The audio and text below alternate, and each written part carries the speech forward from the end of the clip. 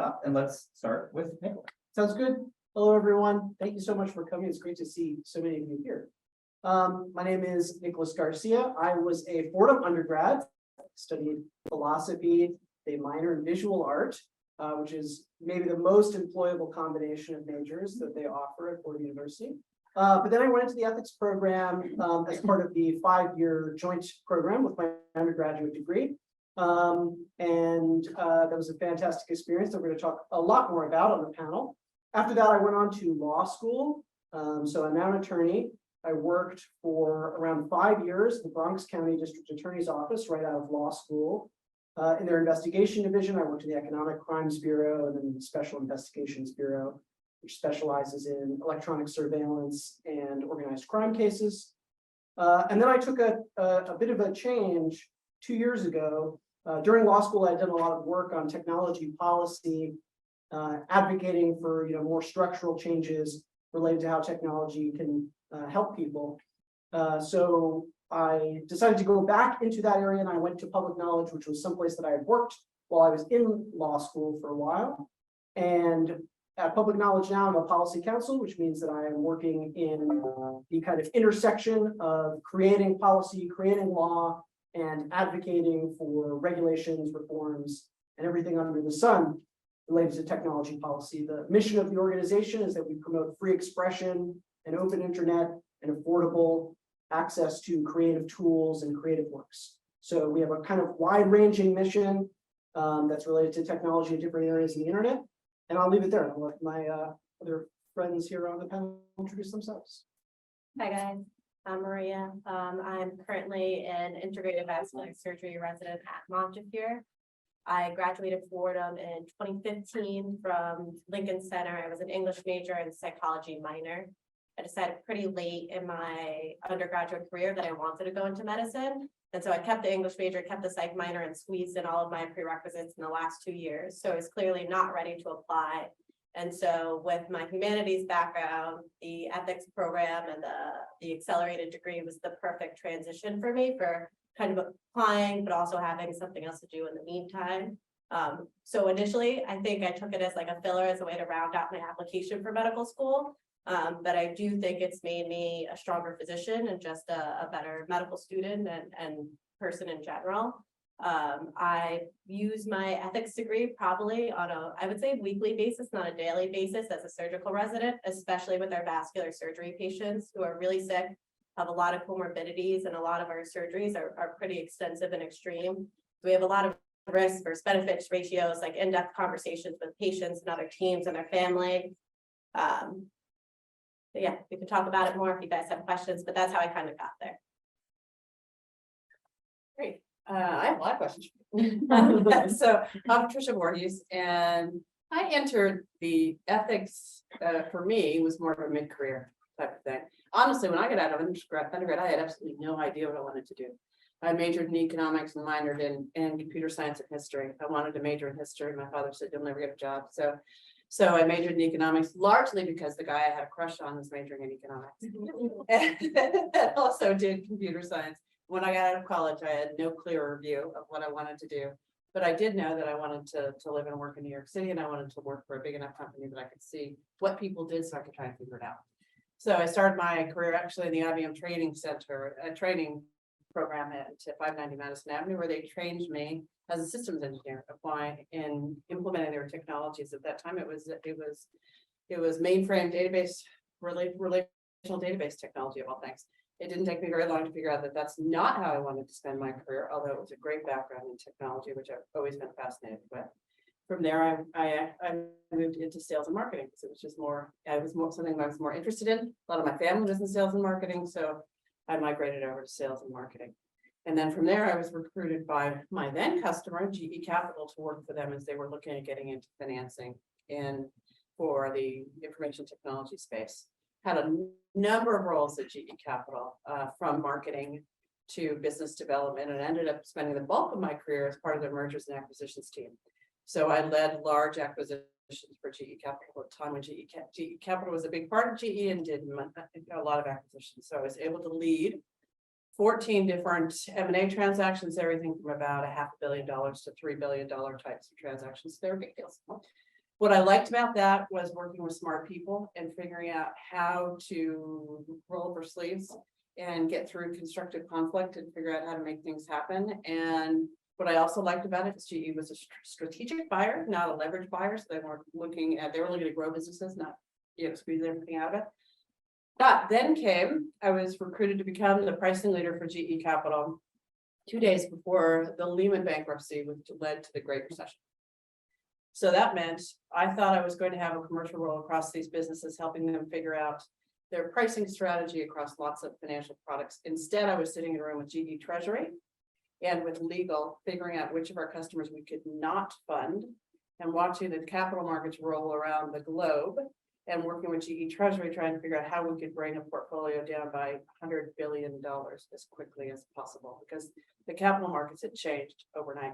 At the same time, 30% of my colleagues had been laid off. I felt like I was in the middle of an implosion. So at the same time, my daughter was going off to college. One of the schools she looked at, she didn't end up going, but she looked at Fordham. I saw they had a degree first, actually, in the school of graduate school in religion in education for peace and social justice, which is a master's that I took. Then found you could do a joint master's in the ethics and society. So that, for me, answered a lot of questions, because I was at a point in my mid-career where I wanted to think about, one, how do I want to spend the rest of my career?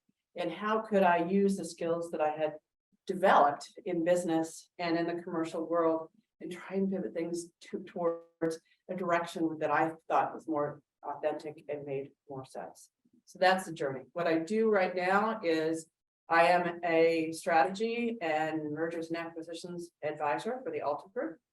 We work, and I focus now in things related to environmental, social, and governance in particular, because a lot of it's equipment, climate finance. So what that means is I'm working with manufacturers of equipment. It could be in energy efficiency, it could be in renewable energy, and helping them figure out how they can get their products financed. And there's some interesting things happening there right now, but with what happened with the Inflation Reduction Act and some of the provisions in that are supposed to help enable climate finance. And there is a lot of money. Fortunately, the generations now are looking to invest their money in things that are environmental, social, and governance focused and can help in terms of climate. So there's a lot of capital going after investing in climate solutions. We need a lot in order for us to hit with the 1.5 degree, no more than 1.5 degree increase. There needs to be $4 trillion a year invested in energy transition. Some of that will be done by NGOs, some of it will be done by for-profit capital, some of it will be done by governments, but it needs to be happen fast. And in my opinion, it should happen across all of those and come from all of those different elements. But it is important that there's a piece of it, in my view, that is for profit. One, because we need to move a lot of capital fast. There isn't enough in NGOs and governments to do it. And secondly, because for me, one of the biggest questions to ask is how do we live authentically in our personal life, in our business life, and in our community, and authentically and in concert with our environment. And so getting to the Ethics Society program, for me, I was asking a lot of questions at that time. So the program first helped me figure out what were my own questions that I wanted to ask about my career and how I thought I could make a difference. And now the way that I apply it, and it's not as though every day I'm using one of the frameworks that I've learned in the ethics program, but it did give me a very valuable framework and context. And just to give you one quick example, when you were dealing in climate finance, there's so much involved in where the capital is coming from. How do you mitigate risk of like new technology? How do you get capital providers comfortable with manufacturers of new technologies? And you have multiple parties at the table. And so one of the friction points when you have that is trust. How do you make sure that you have transparency of information? How do you make sure that you've structured transactions in such a way that you are garnering the appropriate trust? And so for me, thinking about that and how you structure things and communicate and think about transparency of information, all the things that go into that were informed by a lot of what I learned here at Fordham. So that's me. Hi, everyone. I'm Stephanie Jewell. I graduated almost 10 years ago now from Fordham. So my ethics and society degree was really a career transition for me. I majored in philosophy as an undergrad at another Jesuit university. And majored in philosophy because I liked it, not because I thought I would get a job, right? I just really enjoyed it. Still love philosophy. And then I had a series of higher education related jobs. I worked in alumni relations for a bit. I taught SAT classes. I was a substitute teacher. And nothing really felt intellectually satisfying and engaging. They just felt like jobs. So I decided to apply to the Ethics and Society program. And after finishing the program, learned about IRBs, which are institutional review boards, and they're the boards that are responsible for the legal, the regulatory compliance, and the ethics side of human subjects research. So I had decided when finishing the program that that's what I wanted to do. And so my first job after the program was as an IRB coordinator at the University of Colorado in Denver. I moved out there for 5 years and just continued to work my way up. And now I've been in this profession for 11 years. And I love it. It's fascinating work. So right now I oversee the Office of Human Research Affairs at Albert Einstein. And that's everything from the IRB for all the Montefiore hospitals. We have many. We also oversee the research that happens in White Plains Hospital and other affiliated hospitals. We also oversee Fetal Tissue Research Committee, Embryonic Stem Cell Research Oversight Committee, Global Research Committee, anything that has to do with the human, right? So we say whatever, your data, your specimens, if you go to a doctor and you have a blood draw, there's leftover blood, we do stuff with that blood, right? There's research that happens. And so there's a lot of, I use my degree every day, honestly, every single day. And I think, just the ability to be able to read regulations and to understand the difference between law and ethics and to understand different stakeholder positions and how to articulate my position on a topic and to actually feel like I'm making a difference for patients who are, pretty poor, underserved. They have a lot of health conditions. It's a vulnerable population in a lot of ways. But to feel like truly every single day I'm getting interesting ethical questions related not only to IRB protocols that come through, but some of the non-compliance and some of the political issues and just some of the research misconduct. Unfortunately, there's so much, but I feel like I have such a great basis, through the degree program at Fordham, and I'm super excited to be back, and I appreciate the invitation. We can talk all about, how we use our degrees, but it's nice to see you all.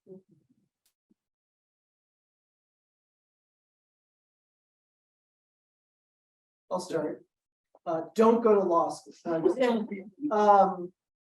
But my advice is, so being a lawyer is a great career if it's something that you want to do. Law school is expensive, it's hard work.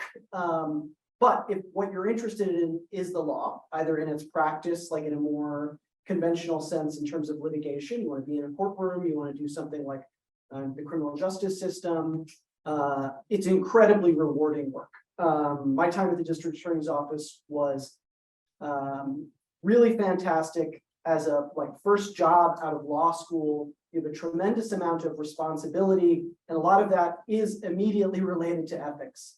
Working at a prosecutor's office, if you're working at a good prosecutor's office, at least, the mandate that we had, each and every one of us, when we were told from our bosses, is the job here is to do justice. So that's a big, broad mission to have if you don't have an ethics background, in my opinion.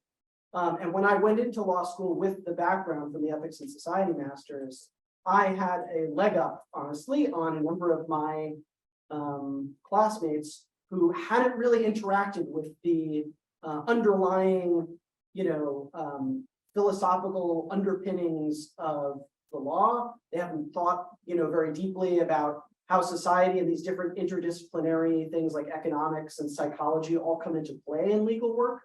And so that was an amazing background to have going into law school. And I even had the benefit of, through the program, taking classes at Fordham Law School as part of the interdisciplinary program, which gave me a peek into, is this actually what I want to do? Similarly now, working in as a policy council and working in public policy, this is an incredible way to have an impact. It's not something that you need a law degree for, though, is what I would say. There's lots of ways to get into public policy and public advocacy that isn't going the legal route, but that still might make great use of your training in terms of ethics and society. There's all kinds of routes to doing that. So I'd be happy to talk about that some more. Yeah, I'll leave it there. Pretty much whatever he said about law school, replicate for medical school. Except I have the coolest job in the world. There's absolutely nothing else I'd rather be doing. I take care of very sick patients. I get to form a connection with my patient, unlike general surgery or other fields of surgery, where you only see a patient once and maybe get to operate them and might send them on their way. Vascular surgery is very unique, and most of my patients are my patients for the rest of their lives. They're continuously seeing me with their other vascular pathologies and issues.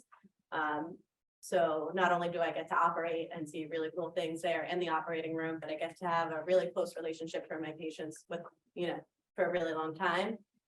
Also, if you don't know what you want to do, that is perfectly all right. Like I mentioned, I didn't decide I wanted to go into medicine until junior year, and it was kind of a rush decision, the best decision I've ever made, but still a rush decision.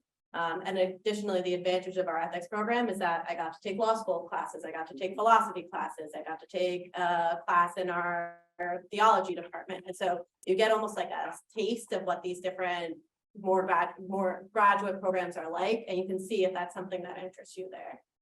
Yeah, go into medicine. It's very cool, but only if you like it. If you don't like it, you'll be miserable, and that's okay.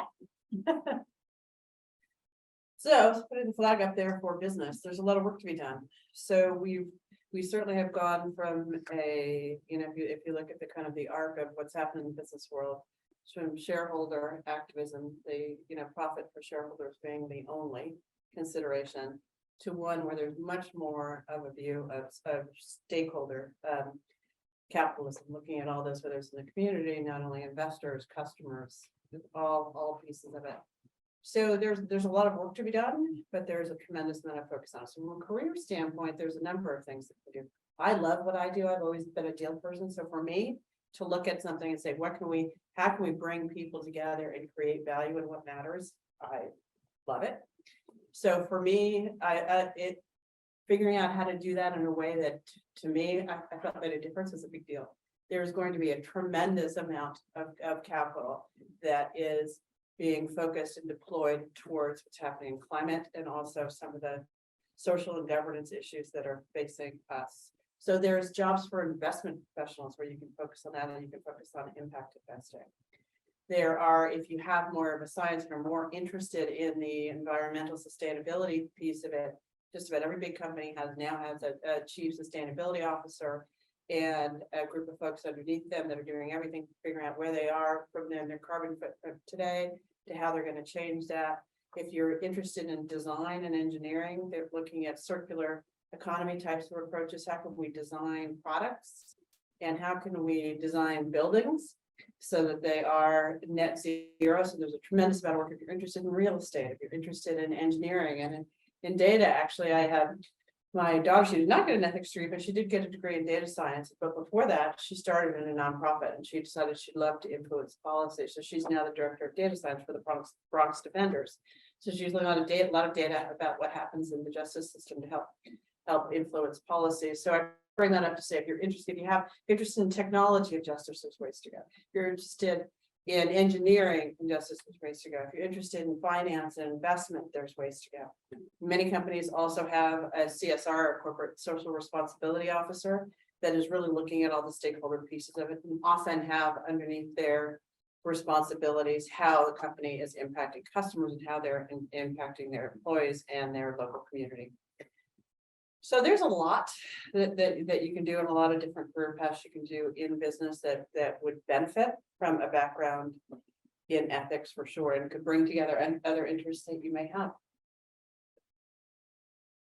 I love the fact that I'm always learning. So my, as I mentioned, my previous jobs were just not, intellectually satisfying or engaging. And in this field, you not only are learning, changing regulations, changing guidance documents, but you get to read scientific protocols and you get to learn about new drugs and new devices and new technologies and new practices in medicine, and it's constantly evolving.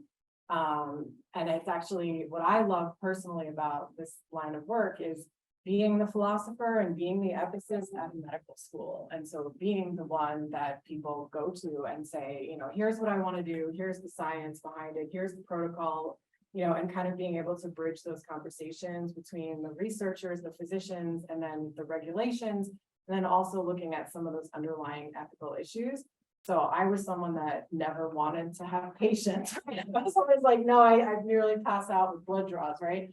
But to feel like I actually can make a difference for patients and that I can, really look into some of these research protocols and think through who are the people, what are the conversations, how are we recruiting them, how do we minimize risks, how do we kind of recruit and portray what we're doing, and how do we do this justly and ethically. And kind of offer that perspective from, the ethical, philosophical side. And then just kind of as a bonus, right, I gotten to teach bioethics classes for medical students, so I always come in and explain my background, and I'm not the clinician, but I offer that other perspective, which is, sort of unique in a medical setting, right, where people are kind of, doing hardcore basic science or clinical trials. To have the opportunity to talk about the underlying values or the underlying ethical frameworks, or to be able to kind of, put forward my position, but to give the rationale for that, to feel like I'm actually making a difference at an institutional level and then for those patients. So it's super interesting. It's also a career that, you can definitely advance fairly quickly. And I definitely credit Fordham for that, right? My ability to kind of advance and be promoted and have a real solid understanding of just how our legal structure works, how to read statutes, and also scientific protocols, right, which are sort of different and technical in different ways. But I really felt like I had a big advantage with this master's degree going into that line of work, and I was surprised at how fascinating it was and how many different directions you can go. And you do use your brain every single day. And even, a decade in, I'm still getting brand new questions that I've never thought of before, never gotten before, and trying to figure out, the answer when it's not clear. So it's super interesting work.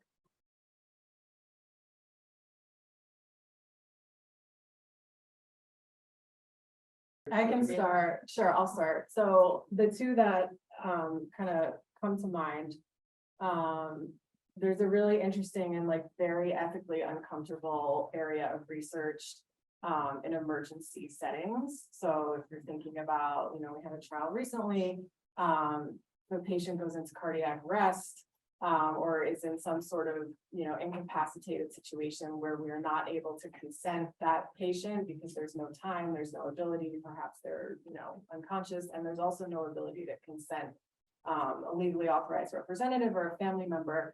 How do we conduct research in those settings, right? So we're all about autonomy and consent. And when you go to the doctor, you have conversations about risk benefit and right. So what do we do in those scenarios where we can't actually get consent? And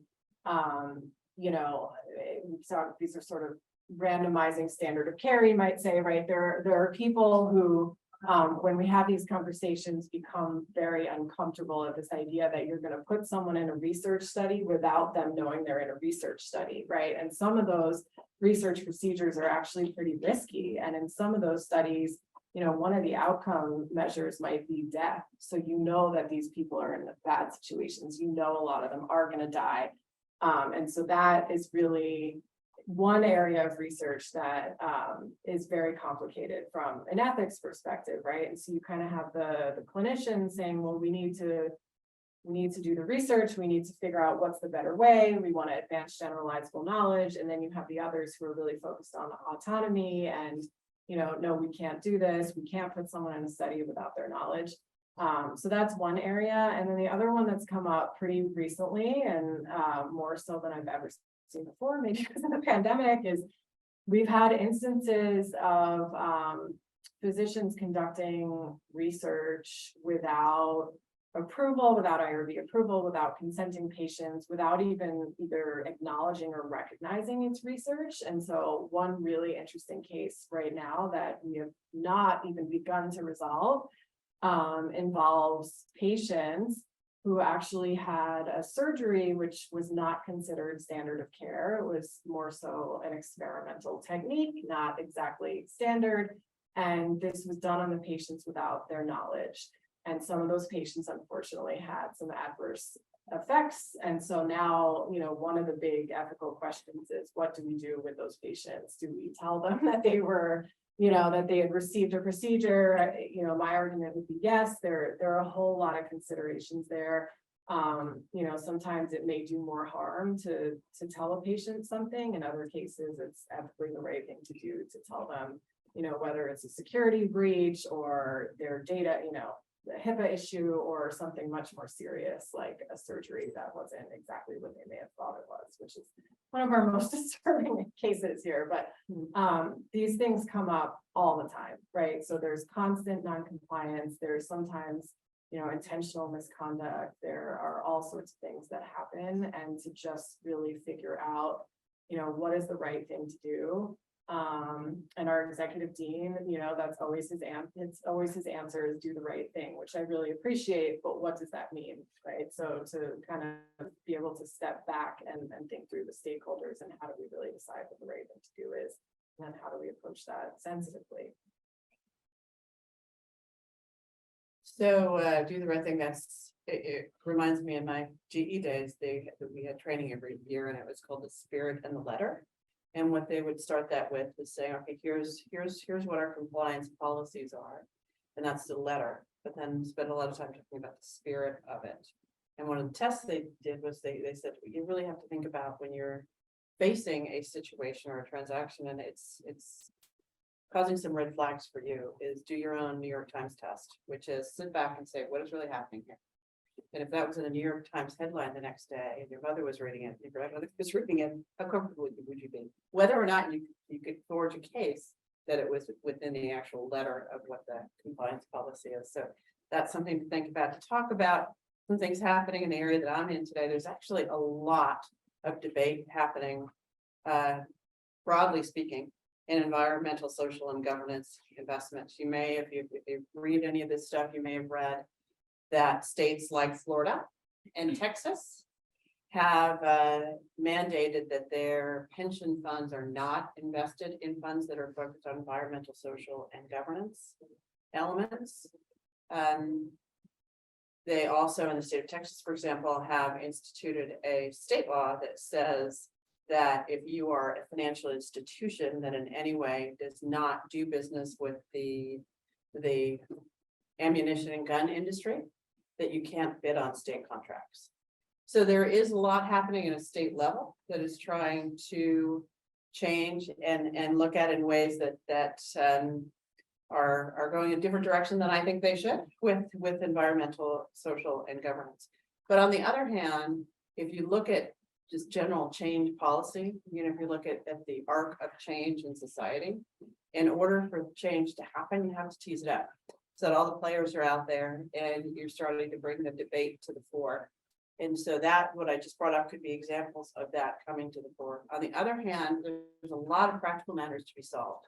Much debate around greenwashing. I don't know if you've heard the term greenwashing, but essentially it's a charge that's waged at a company that's saying we're doing or investing in all of these things, but really don't have a framework for proving the real impact that they're having from an environmental, social, or governance standpoint. Another big policy that is carbon credits, looking at how can we help the developing nations fund what they need to fund via carbon credits. So the big debate there is, are we actually, we taking the sleeves off our vest? Is anything really happening, or is it just really kind of a shell game to say that this corporation is going to trade some of their carbon credits to help provide funds for developing economies to invest in climate solutions? One of the big problems there also has been, how do you collect the data, and how do you provide transparency in a market that will facilitate and remove some of that friction I was talking about earlier in terms of trust. So the parties that are involved can see what's happening and see what the footprints are. Interestingly, one of the funds that Al Gore is invested in announced a technology at COP27 that was held in Sharm el Sheikh in November in Egypt. That is making some progress in that way. In fact, when they've demonstrated it, they could scan the globe and show you the four power plants that were emitting the most carbon on that particular day. I bring that up just to say that it's more than the frameworks. So it's looking at understanding the questions, who the stakeholders are, who are the questions, who could be harmed, who can benefit, and how are you looking at how you're measuring that, and is that being done in a way that is going to, engender, that's going to really facilitate trust and help transactions that fit in a framework that is authentic and makes sense for all of the stakeholders. So I hope that answers your question. Do you guys know that if you activate mass transfusion protocol, so that's when patients are coming in shock and you want a bunch of blood and you want it fast, right? But you can only activate that for one person in the whole hospital. When that's activated, no one else can get blood released from our blood bank. So you can imagine if you have a trauma coming in, or you're running a code with someone in hemorrhagic shock, meaning they're bleeding out, and there's another patient on another floor, another patient even on your service that you're taking care of that needs blood, you're going to have to figure out, do I continue my mass transfusion protocol, which means we get blood fast and we get it now and I can run it very quickly, or do I stop activating that so that our other patients can get blood? You have 10 patients on your service in your ICU, but you only have 10 ICU beds. There are some patients that are maybe a little more stable and you can transfer them to a step down unit or a floor, but that means they don't have one-to-one nursing, they don't have close monitoring, they can't be on the telemetry monitors the entire time. So you have to decide kind of who are the patients that you're moving in, or can this patient stay in the ED for a little bit longer, where they might have faster access to CT scans, but our EDs in the Bronx are overcrowded. There's hundreds of patients and just lack of supervision or kind of being taken care of just because of the sheer amount of patients. So that's just like in resource allocation, how this applies to my job. And I've dealt with those questions in the past, probably like 3 months. There's also the questions of who you offer surgery to. So in school, you learn this patient's operative, right? If someone has an abdominal aortic aneurysm that's 10 centimeters, that's big and I should fix it, right? Well, there's 2 different ways to fix it. There's a minimally invasive way, that's an endovascular way, but it requires frequent follow-up and certain aortas aren't the right size for it. Or I could do a massive big open procedure that's hours long that puts a patient at risk. Or I could do nothing and the patient could have a rupture and die in a couple of years, or maybe not. So I have to, not me myself personally as a resident, but me in 3 years, and soon have to decide who are the patients I'm offering surgery to, and then what options am I offering? And a lot of times you can say, well, have the extended conversation with your patients, right? Because that's always like our big, not bailout, but conversation that we have, and patients' input is very, very important. But you'll realize, or I'm realizing more as a physician, that they'll look at you and be like, well, what would you do? And so then you have to think about your own value system and the patient's value system and kind of navigate your way from there and trying to figure out the best approach that's good for this specific patient. And so I think our ethics program gave me a good understanding of my own ethical framework and the things that I value in my life, and then an ability to ask questions about other people's frameworks and kind of what are their goals and their values. And then there's the whole palliative care conversations of patients kind of, do we continue care? Do we continue offering these interventions if it's not going to prolong a meaningful life? And that's everywhere in medicine. Yeah. Those are just some of the ways that I use our degree or my degree in ethics in my job. Completely unrelated question. Why can you only do one patient? Mass transfer? Because we get our blood almost instantly. They're sending up uncrossed, unmatched blood. And so the blood bank, to do that safely, is like dedicating all their resources, all their blood towards this one patient. So there is no hesitation whatsoever. Yeah, I didn't know that until I tried activating it on 2 people or activating MTP on 1 person and then getting blood for another one of my patients, and I was told no. So then I had to have a conversation about, do I stop this or do you not? And there's always other people around. You always have your attendings, but as the person who's seeing all of these patients, a lot of times they'll look towards you and be like, what do you want to do and what do you think? And so I don't have time to sit down and weigh all the stakeholders and think about different frameworks. A lot of this requires really fast decision making. But if you have a way to process all of this information, think about the stakeholders, think about your values, kind of use the things that we've learned in our ethics degree and kind of things you learn in medicine, you'll be able to handle them and deal with them, but.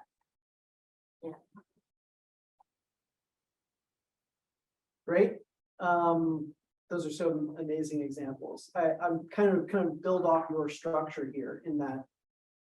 Definitely in my jobs, I have similar types of applied ethics, like substantive decisions where you're having to make evaluations.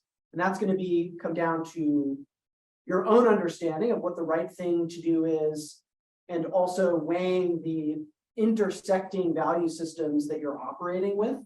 A great example, in a district attorney's office, for example, even as a young assistant district attorney just starting out, you are making recommendations to your bosses about what plea offers should be and what the right resolution on a case might look like. And so you're being asked, whether people realize it or not, to make evaluations about retributive justice, about restorative justice, about someone's prospect for rehabilitation based on a paper file that you have in front of you.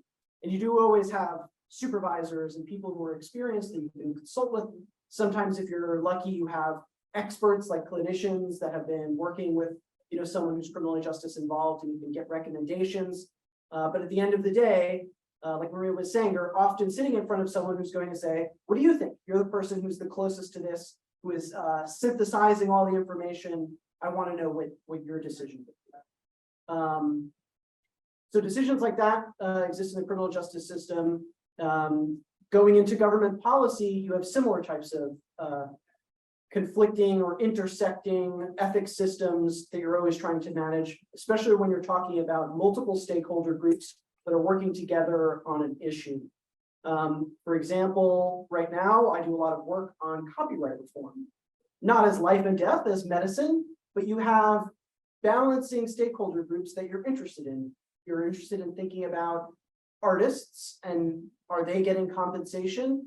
They're also trying to balance their compensation concerns against people that want to be able to enjoy creative works and want to be able to do that, at a price point that makes things like music and art and entertainment accessible to them. You have businesses that operate that have maybe put some investment into these creators and they're trying to get their piece of the pie, and you have policymakers who are then trying to sit in between all of these different stakeholder groups and then subgroups within those groups and try to come up with good policy. And our role as a public interest organization is to go sit with those policymakers and again, give them our best assessment of what is in the broad public interest that is going to make policy that's good for people. So those are all some examples of substantive things, but then there's like another level as well, which is the professional ethics stuff. And this definitely relates to what Stephanie was talking about, and Maria, I'm sure, deals with this as well. But you have, when you're an attorney or you're a doctor, you're working in like a closely regulated field, when you have compliance requirements in business, you have just these levels of standards of professional ethics that people are expected to abide by. And like Patricia was talking about, sometimes it's not just about the letter of what's in the ethical standards. And people will say, yeah, you could get away with that. Sure. Like, yes, you don't really need to, go through all of those steps. But it's about understanding the spirit of those guidelines when it comes to things like professional ethics. And I've found in my career so far that, and I think it's probably because of my ethics education, that I'm often one of the people thinking about those professional ethics dimensions of the jobs.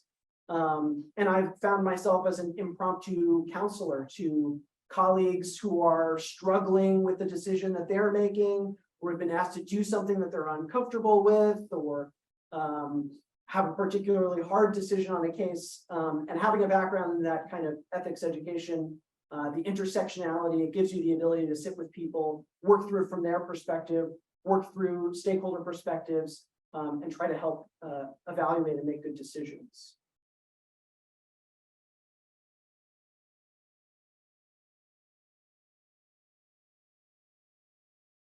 Well, I think what we're saying is valuable because in order supporting taking your time, I will also say that I think that this ethics program, because of the multidisciplinary approach, but also because it's not, doesn't take that long to get through it, it's really, I think, a really nice way to help you think about what you want to do next while you're doing something that will be useful in your career. I think that's, you know, that's I think my advice is to do what you love and do what you're interested in, and don't necessarily think about what that's gonna lead to or what the outcome is. And it is really satisfying to have studied what I loved. I had roommates say, why are you studying philosophy? You're gonna be unemployed and homeless, and that's not true at all. I'm doing well, and it's so incredibly satisfying truly to do what you're interested in, and then the path will arrive. You will arrive where you're supposed to be, and it may not be exactly direct, right? It may take a little time.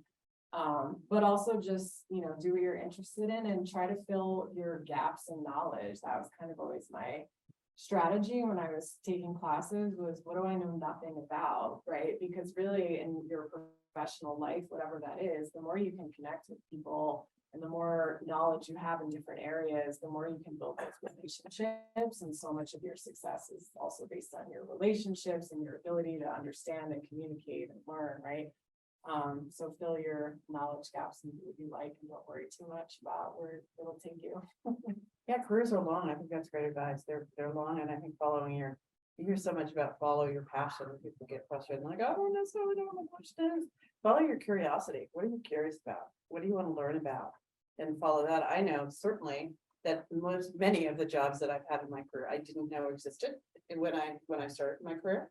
And if I look at what is happening in different disciplines right now, in all different fields, and how technology and where we are in the world and a number of factors are affecting it, there's going to be new jobs that none of us can envision right now that will be possibilities in the next 5 to 10 years. So I do think that following your curiosity is really important as you look at it. And I do think this program is helpful to help you think through that.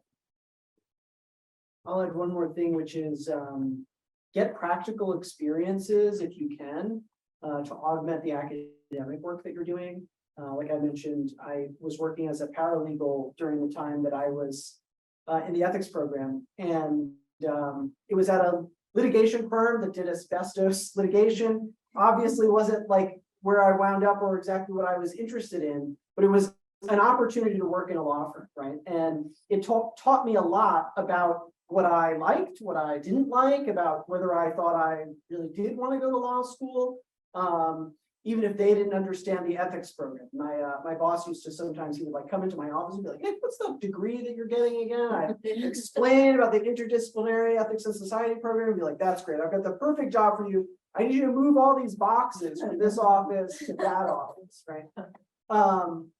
But even though that was like a very kind of like everyday type of like litigation, personal injury type of a place, it taught me a lot about the environment of litigation, about what that looked like as a lawyer. And also I knew going into law school, I had like something big to like cross off my list, right? I was like, I don't want to go to a law firm, right? Like I knew I wanted to do something different when I was going into law school. And that was one of the things that pointed me towards government and public service. And so having that practical experience of a job is a great thing to do. And I had a bunch of other little weird odd jobs all throughout that time period and through college. So get out there and just like do stuff, even if it doesn't work out, even if it's not exactly what you want to do. It might tell you a lot about what you do want to do just by process of elimination. I think the trend that you've heard us all say is all of our parents, friends, or family members have looked at our degrees and gone like, are you gonna get a job? Like, what are you doing with that? And I think we're proof that the answer is that you can do anything you want to do.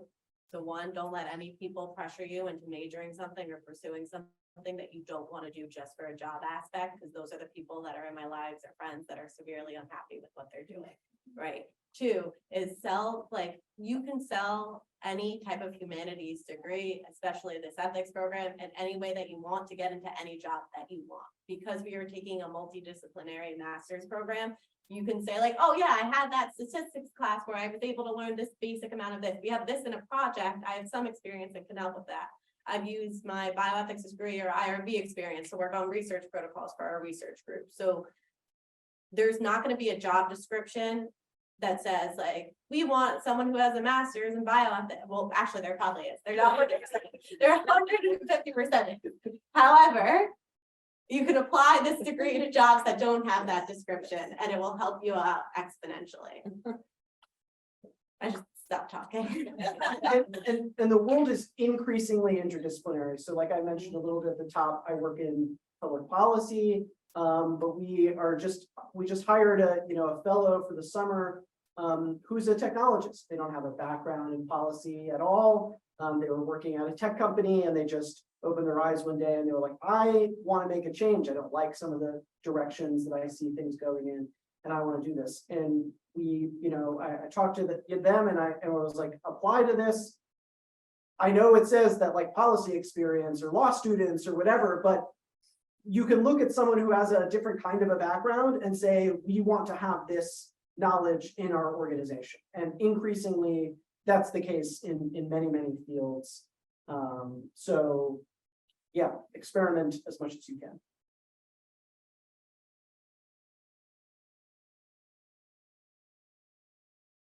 Like a very point blank question. But a lot of you mentioned that during your time in this degree, you were working or doing other apprenticeships or whatnot. Did you guys pursue this degree full-time or part-time?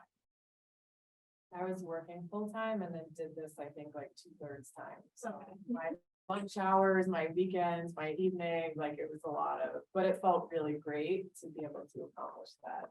So it's doable. Yeah, so I did a dual master's and I did most of it while I was working full time. I finished my last semester, actually, one semester, maybe a little more, when I had left GE and was moving in to do something else, so I took some time. At that point, I was full time, but for most of it, I was working. I was a student. Most of it, I was working full time and during the program. I did the accelerated degrees where we take courses during our senior year and then continued on in the year after graduation. I think technically I was like their full-time students or took the maximum amount of credits that I could. But then compared to undergrad, it really didn't feel like that. I feel like there was way more credits and like time commitment to be full-time. I did the same thing. And so, yeah, I was working part-time nights while I was doing the degree technically full-time. And I started it in my senior year combined with my undergrad degree. Any other questions? I will say I took a year off then afterwards and worked full-time, just worked full-time and did law school applications. Which is what I mean about just taking time to do stuff. You don't have to go like right from one thing right into the next. So you can give yourself breathing room in those ways. It doesn't hurt you. So I'm in the program going to be finishing in the summer, so job applications are heavy on the mind. And I'm just curious what conversations have been like, in interviews about your ethics background. How has that helped? Has it confused people? Obviously, depending on what you're looking to do, I'm curious how that's played out for you all. So I may have a job for you, actually, which I mentioned earlier, and we're 2 miles away and hybrid friendly, remote friendly. But definitely in my line of work, it comes with a little more money. It's right. It's kind of pretty obvious, an ethics degree in ethics work, right? So I think, it's hard for me to say in any other line of work because that's what I came in with, but it's definitely seen as an asset. And, I think there's also a perception that if you study ethics, you are ethical, right? So, just kind of the ability to improve things critically is also helpful in any job.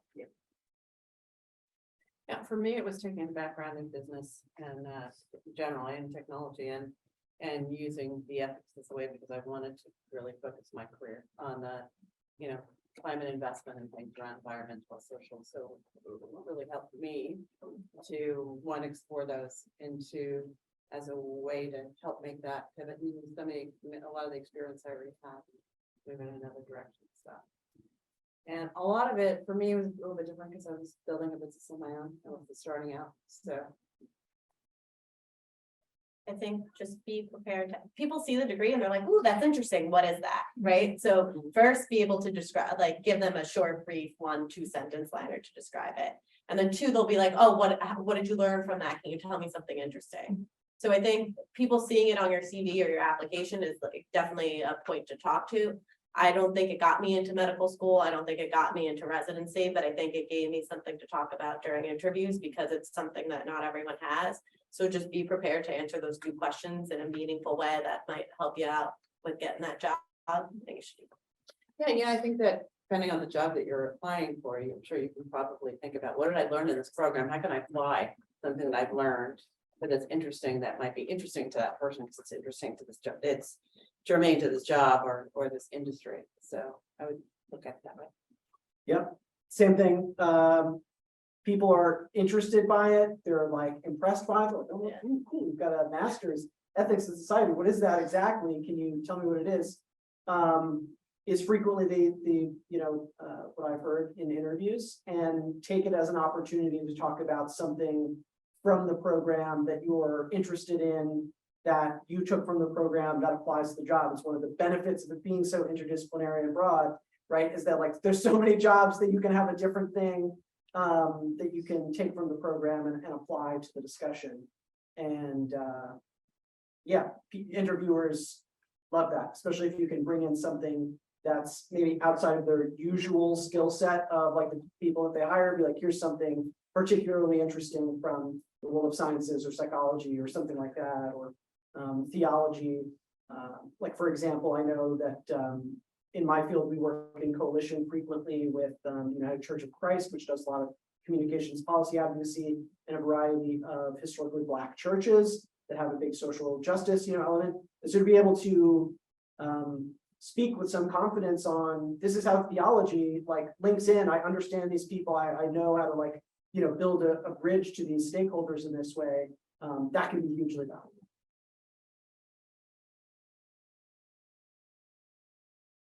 Maybe this is a bit of a general question. I'll leave it kind of open for anybody to answer, but I'm wondering if at any point in your studies or in your careers, you encountered doubts or reservations about what you're doing, what you're pursuing. And I'm just kind of looking to see, did you have any specific time in your careers or studies where you had this specific motivating factor that kept you pursuing what you were interested in? I was at work till 11 p.m. yesterday. And then I started work again at 5:30 this morning, 6 o'clock this morning. And so there are definitely days during your surgical residency where you have doubts about whether or not this is something that you want to do. But I also said I had the coolest job in the freaking world, and I do. It's hard. And yeah, it's normal to have those doubts. It's normal to do things that you don't like to do. I don't like missing family events, and I don't like being away from my family, and I don't like working long hours. But I think if you do what you love and you kind of go back to that of, I enjoy caring for patients like I do. I love operating and being in the operating room, then that kind of keeps you going. And for me, it was those questions that brought me here. I was in my career and really questioning what is going on in the business world, right? What happened in this financial crisis, right? And who is benefiting, who is suffering, and how are we as a society thinking through that? And what part did I play in it, either through the work that I've had or just being part of one of these organizations? And what questions ought I be asking myself? And how can I think about how I want to live more authentically and have the biggest impact I could for the remainder of my career. So for me, it was kind of that, my career dark night of the soul that brought me to here. So.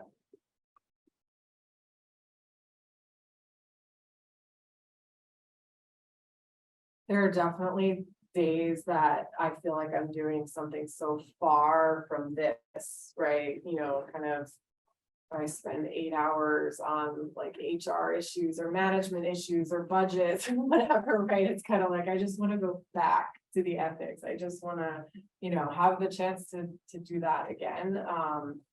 But, yeah, it's still kind of coming back to like, what's the ultimate goal? What's the fundamental reason that I'm doing this and why is this important? And, you know, I've not left it since, right? And that the program being that transition, whereas before there was I wasn't really invested in like what I was doing, whereas after, you know, the master's program and now doing this, I don't want to leave it, right? I don't have these thoughts that, oh, I want to try something else or I want to, you know, pursue a different career. It's no, this is what I want to do, you know, which is a good feeling. Working in the criminal justice system, there's definitely times where you start to doubt the extent of the impact that you're having, you know, at the kind of like day-to-day level that you're working at. I didn't really have like a crisis that like led me to leaving. It was more just an opportunity, honestly. But I am extremely glad to work on the policy side in addition to doing what I had done because it is a good change of pace. So something that I would say to kind of put a positive spin perhaps on the question that you were asking is that there's always related opportunities that you have whenever you are feeling, you know, doubts about something. There's always different directions to take things. I think we've got a couple of people on the panel that have great stories of how they, you know, mid-career were able to, you know, change the path that they wanted to go on. Professor Clark, if anyone hasn't taken his class or heard him talk, has an amazing story that he can tell about his amazing like career journey that he's been through. And so I think it's okay to falter, and it's also okay to change your mind sometimes totally and go in a different direction as you're moving throughout your career. And that's okay to keep in mind. So many of you have mentioned like that you come to this question of like, what is the right thing to do? And in a lot of scenarios, there may not be a right thing to do. So how have you guys dealt with like this conflict within yourself? And if you might be making the wrong decision, how do you deal with that? The questions that come along.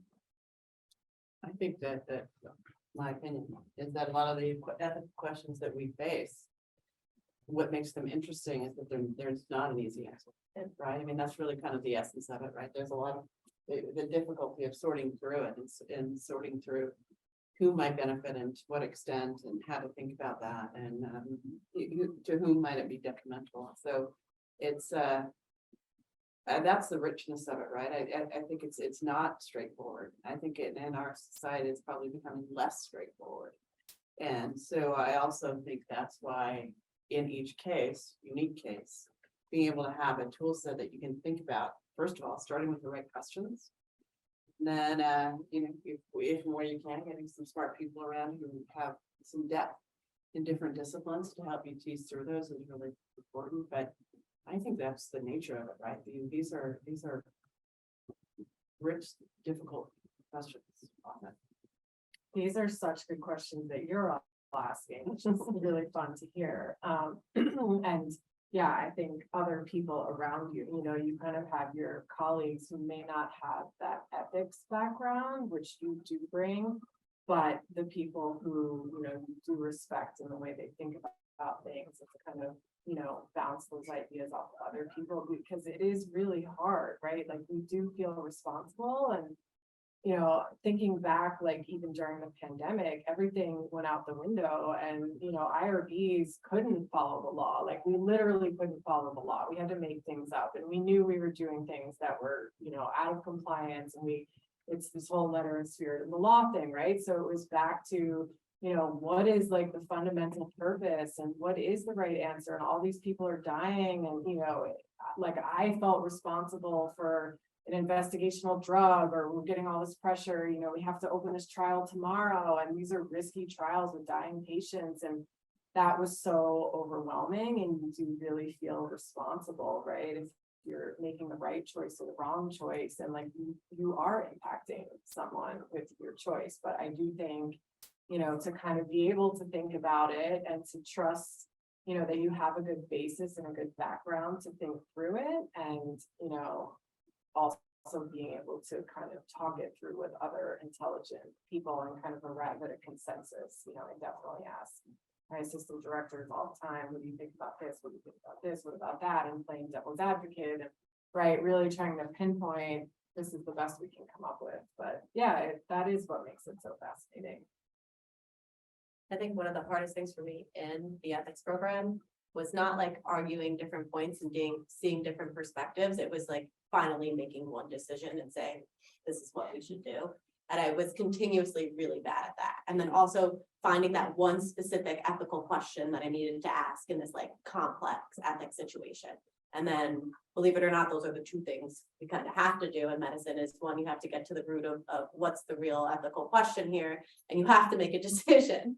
And so having the background, and I'll say it 500 times, having your different frameworks, identifying stakeholders, having support from other people who are more experienced. Yeah, they don't have degrees in ethics, but some of them do. We have a bioethics committee here. So if there aren't emergent things that we have to make emergent decisions on, you consult experts in it. But ultimately you have to make that one decision. And there is no right decision, even though you want to say you want to do the right thing or the just thing or the thing that would benefit that patient or the most patients. But you make your decision and you get to see the consequences of it. And it's knowing that you thought about it thoroughly, that you discussed it with others, that you gave it good intentional thought with all the knowledge and empathy and experience that you have that makes you kind of fit in that decision, even if the outcome isn't what you expected.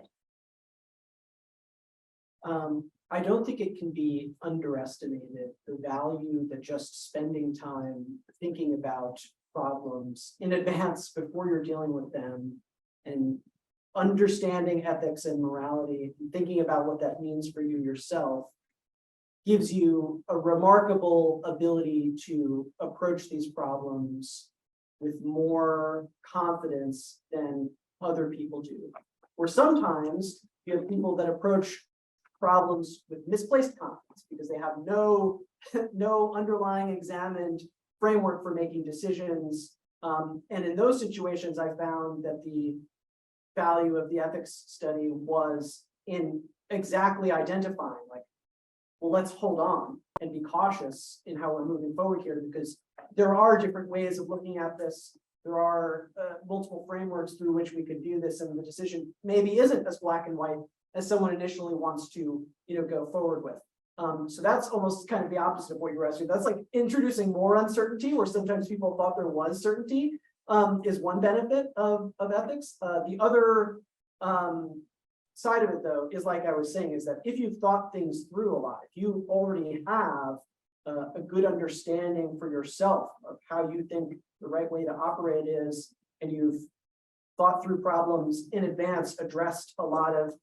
difficult scenarios, even if they're only analogous to the ones that you're now dealing with, that gives you a confidence to say, well, when I was thinking about this in the abstract, I thought this was the right thing to do. And so I should probably stick with that, right?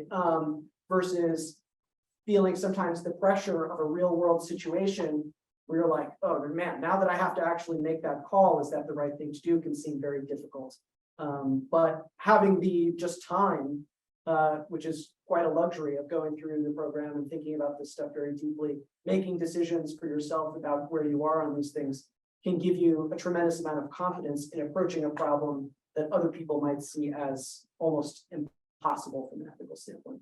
And you'd be the one who can identify that issue, right? So like a lot of times these situations that are, really getting at an ethical issue, people are really are uncomfortable and they don't know how to articulate that, right? They just say, we should do this or we shouldn't do that or whatever.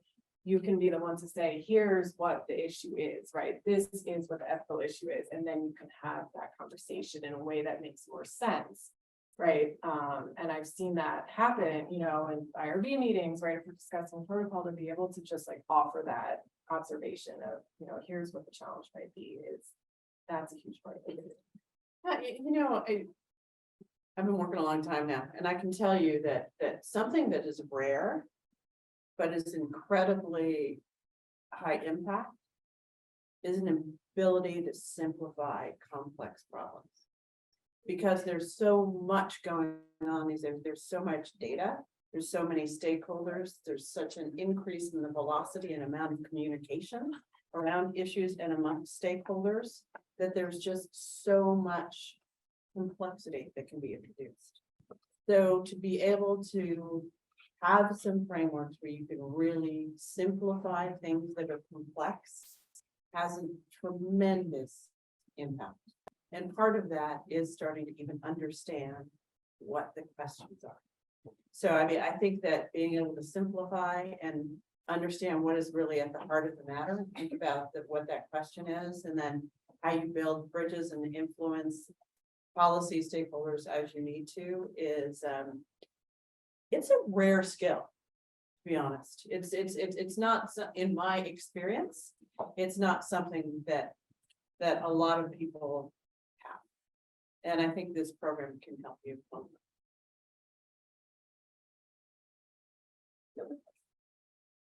You mentioned how developing frameworks within like abstract thinking and then later applying it to tangible issues is a way to, you know, reinforce your confidence. I'm wondering like what the process is like moving from that like abstract theorizing and you know, that really thorough thinking that goes on prior to actually coming across like the more black and white issue, how like those kind of work together, because I imagine it's hard to think that you've developed this like perfect nuanced answer and then have to fit it within like very rigid law and policy. Yeah, I think that's marrying some discipline about thinking about what the questions are and the stakeholders needing some ethical theories to do that, and then marrying that with expertise. Right, so that's if you're going to, you know, if you're going to be in the medical field, or if you're going to be applying it to law and justice, then I think it's worthwhile developing the expertise or making sure that you find out who has it and can bridge that gap early in your career process, because that's what you have to stand on, right? You have to develop some expertise and discipline. A good question. I mean, the nice thing is that this is kind of like an application, right? So yes, you get the theory, the values, the philosophy. I mean, but some of these like philosophical thought experiments, right? Like the trolley problem, right? Like which you either love those or you hate those, right? Because they're the real world or they're not. But it does help you figure out like what the issue is as a starting point. And then the other thing that's kind of interesting and that I actually like to teach about at Einstein is that like the values that underlie the regulations are from very different ethical frameworks, right? So some of it is like very utilitarian and some of it is really rights-based. And so even to be able to see that there's like a whole different framework within the law that you're supposed to abide by. In some ways, it's almost like, you know, you could just pull a card out of your hat and say, okay, we're going to use this framework, like, here's the problem, you know, and so you're even like weighing which ethical framework you're going to use to approach a problem or to resolve a problem. And then some of it just does come back to your personal beliefs. You know, I've always been like really interested in empathy and the role of empathy. So I really try to put myself in the shoes of the patient, right? And tend to like think in those terms or advocate in those terms. But yeah, it is really interesting, right? It's just all that stuff is in your head and it may not be at the forefront of your mind, but you have something to go back on and say, oh, okay, well, this is really what we're getting at. Here's a framework that's useful. So like in an instance where you come across a law that's structured based on some like utilitarian framework, but the solution that you come up with isn't necessarily utilitarian, is the necessary path in order to like abide by that law to like restructure your framework so that it is utilitarian, just like inherently? I don't know if I'm fully following your question, but so, I mean, if you're just thinking about like the law behind like IRBs, right? So there's principles, it's based on the Belmont report, which you've been in the ethics program, right? So if you're talking about, you know, a protocol, right? We're always looking at the risk benefit ratio for an individual patient. Then you're also looking at, you know, generalizable knowledge and then like risk benefit in terms of arriving at more knowledge in society versus autonomy, right? So that example I gave earlier of like emergency setting research where you have autonomy here, which is really important, and consenting is really important. but you can't consent. So there's no opportunity to kind of focus, like, what are the rights of that person in that case, right?